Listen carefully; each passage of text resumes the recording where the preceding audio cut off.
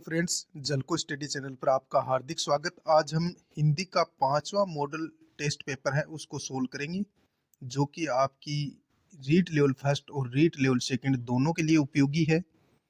और ये जो मॉडल पेपर है, क्योंकि अब आपके पास इतना ही समय है, तो ज़्यादा से ज़्यादा मॉडल पेपर निकालो ताकि आपके रीड में अच्छे नंबर आए।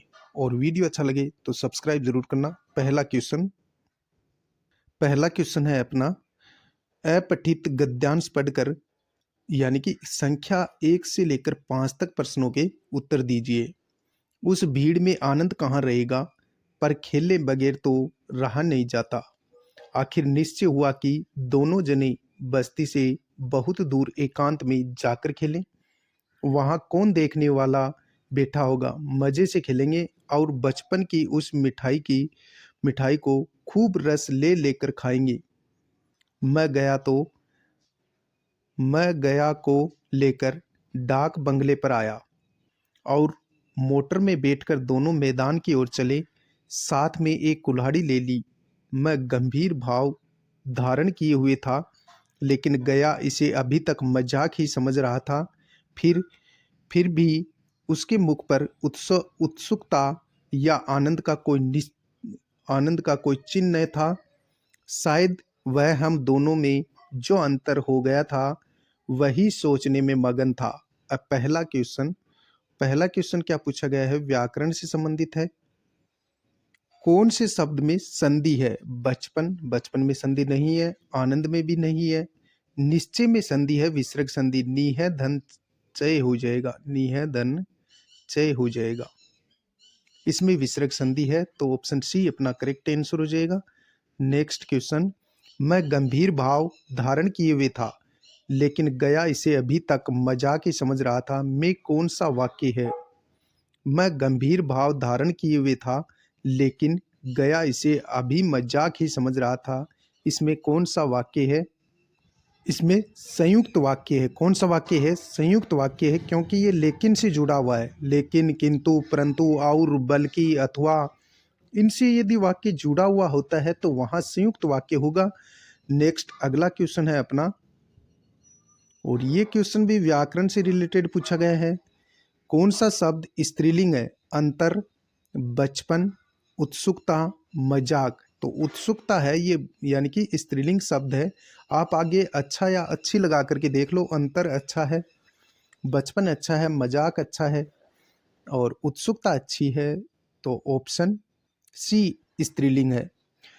नेक्स्ट क्वेश्चन, कौन सा शब्द है जो बहुवचन में प्रयुक्त नहीं होगा? सोचना, आनंद, मोटर, खेल। ऐसा कौन सा शब्द है जो बहुवचन में प्रयुक्त नहीं होगा? वो आनंद है। आनंद आनंद ही रहेगा, आनंदो नहीं कर सकते आप। नेक्स्ट क्वेश्चन है अपना, अच्छी खासी भीड़ लग जाएगी में कौन सा काल है? अच्छी खासी भीड़ लग जाएगी, इसमें कौन सा काल है ये बताना है। सामान्य भविष्यत काल, सामान्य वर्तमान काल, संदिग्ध वर्तमान काल, संभाव्य भविष्यत काल। तो ये सामान्य भविष्यत काल का वाक्य है। ऑप्शन ए अपना राइट आंसर हो जाएगा। नेक्स्ट अगला क्वेश्चन है, वर्तनी की दृष्टि से कौन सा शब्द अशुद्ध नहीं है? अतिथि, प्राणी मात्र, महीना और बादाम। देखो अतिथि कैसे लिखा जाएगा? ए थी भी छोटी आएगी अतिथि में, और प्राणी मात्र में अणी छोटी आएगी, प्राणी मात्र होता है ये। और महीना में ही बड़ा आएगा, महीना। तो ऑप्शन डी अपना करेक्ट हो जाएगा, बादाम। नेक्स्ट अगला क्वेश्चन है अपना, दुर्गा का पर्यायवाची नहीं है? कामाक्षा, धात्री, अभी, चामुंडा।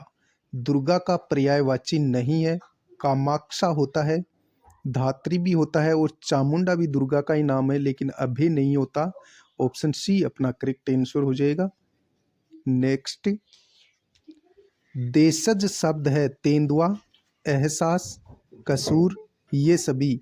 तो तेंदुआ जो शब्द है ये देशज शब्द है, बाकी एहसास, कसूर और ये देशज शब्द नहीं है। नेक्स्ट, सफल का विलोम शब्द है असफल, विफल, निष्फल, ये सभी। तो उपयुक्त सभी अपना राइट हो जाएगा। सफल का विलोम असफल भी होता है, सफल का विलोम विफल भी होता है और सफल का विलोम निष्फल भी होता है। तो उपयुक्त सभी अपना राइट आंसर हो जाएगा। नेक्स्ट, अगला क्वेश्चन है अपना, तभी मिसू गुड़िया बोली, फिर अल्प विराम, क्या तुम हमें अपनी सवारी कराओगी, फिर प्रश्नवाचक वाक्य में कौन से चिन्ह का प्रयोग है। तो सर्वप्रथम अपन देखते हैं तो अल्प विराम का है। तो अल्प विराम इसमें दे रखा है और इसमें दे रखा है। फिर यानी कि ऊपर देखो ये जो चिन्ह लगा हुआ है ये दोहरे यानी कि दोहरा उद्धरण का चिन्ह है ये। तो दोहरा उद्धरण इसमें दे रखा है। ये ऊपर जो लगा हुआ है इनवाइटेड जिसको आप बोलते हो ये दोहरा अवतरण चिन्ह है। यदि एक एक ही लगा हुआ हो तब ये यानी कि उद्धरण चिन्ह होता है और ये दोहरा उद्धरण है। तो दोहरा उद्धरण हो गया और साथ में देखो यहाँ प्रश्नवाचक चिन्ह दे रखा है। तो प्रश्नवाचक चिन्ह यानी कि प्रश्नवाचक है। तो ऑप्शन डी अपना करेक्ट आंसर हो जाएगा। नेक्स्ट, हवाई जहाज अब भी चुप रहा, हवाई जहाज अब भी चुप रहा रेखांकित पद में कौन सा अव्यय है। स्थानवाचक, रीतिवाचक, परिमाणवाचक, उपयुक्त सभी। तो इसमें रीतिवाचक क्रिया विशेषण है यानी कि रीतिवाचक अव्यय है। तो चुप रहा में कौन सा अव्यय है, रीतिवाचक अव्यय है। नेक्स्ट, गड़े मुर्दे उखाड़ना, गड़े मुर्दे उखाड़ना मुहावरे का अर्थ नहीं है। बीती हुई बातों को याद करना ये तो है। दबी हुई बात को फिर से उभारना ये भी है। जमीन खोदकर निकाला गया यानी कि ये नहीं है। और विकल्प ए और बी दोनों सही हैं। तो विकल्प ए और बी दोनों सत्य हैं। यानी गड़े मुर्दे उखाड़ना क्या होगा, बीती हुई बात को याद करना और दबी हुई बात को फिर से उभारना। तो ऑप्शन डी अपना राइट हो जाएगा। ए बी दोनों सत्य हैं। नेक्स्ट, जातीय शब्द में मूल शब्द व प्रत्यय बताइए। जातीय, तो जातीय में देखो जाति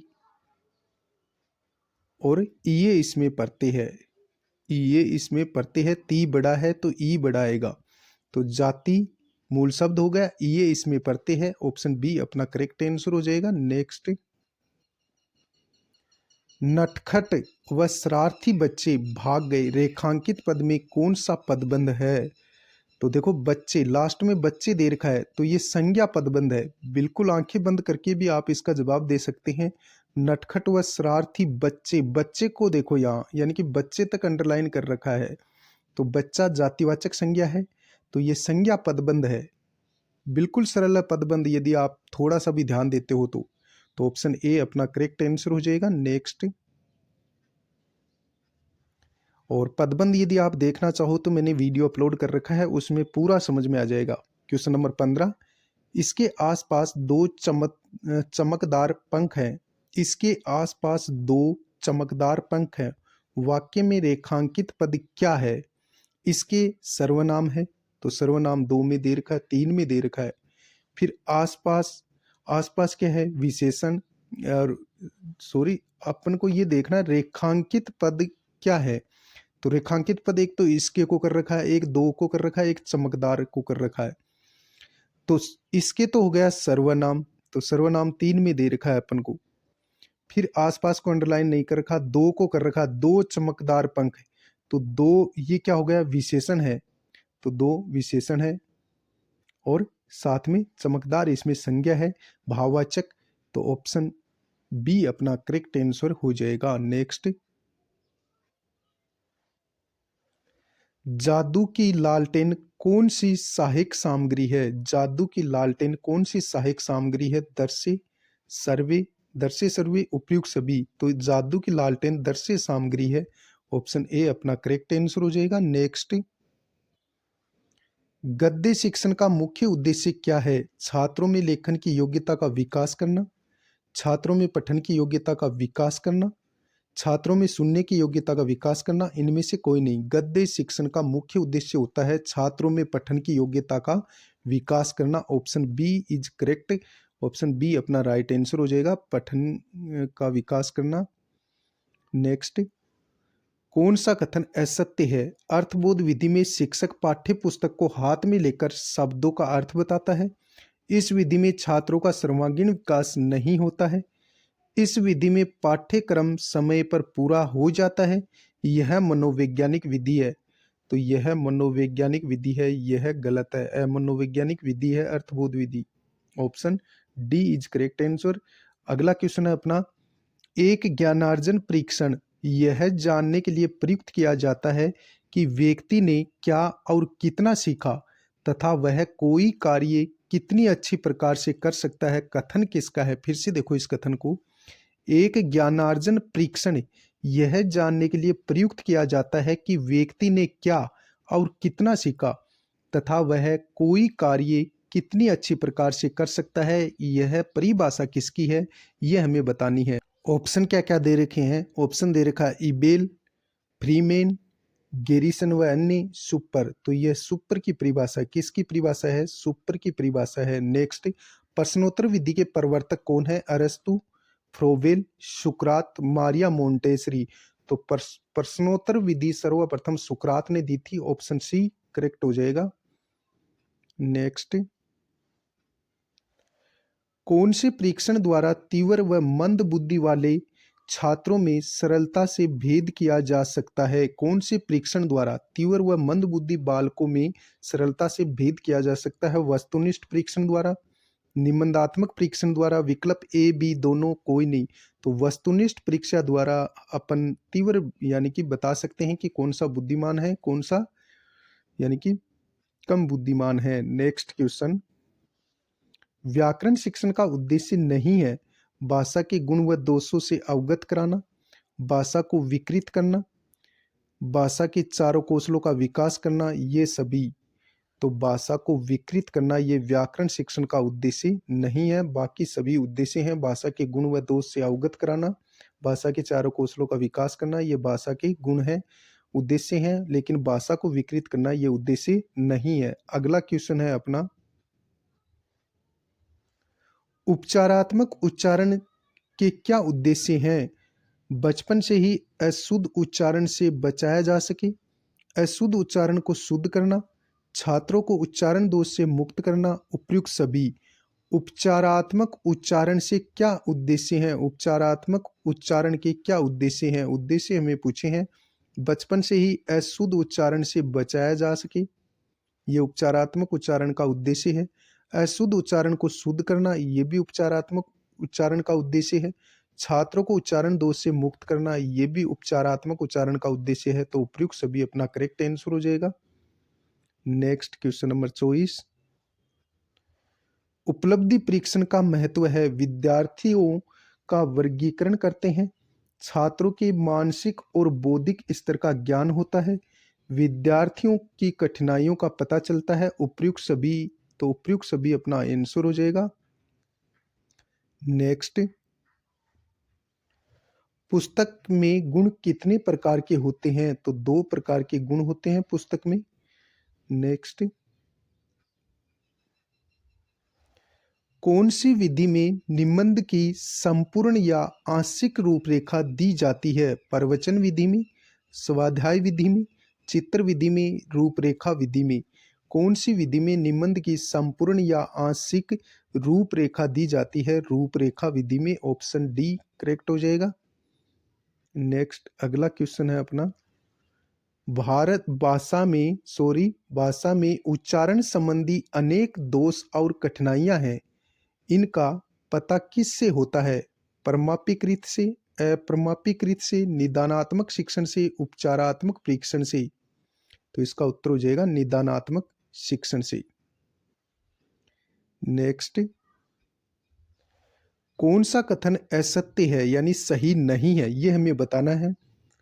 शिक्षण बालक के व्यवहार में परिवर्तन करने की प्रक्रिया है, शिक्षण एक उद्देश्यपूर्ण प्रक्रिया नहीं है, शिक्षण व्यावसायिक प्रक्रिया है, ये सभी यानी उपयुक्त सभी। कौन सा असत्य कथन है? शिक्षण एक उद्देश्यपूर्ण प्रक्रिया नहीं दे रखा है। जबकि शिक्षण एक उद्देश्यपूर्ण प्रक्रिया है।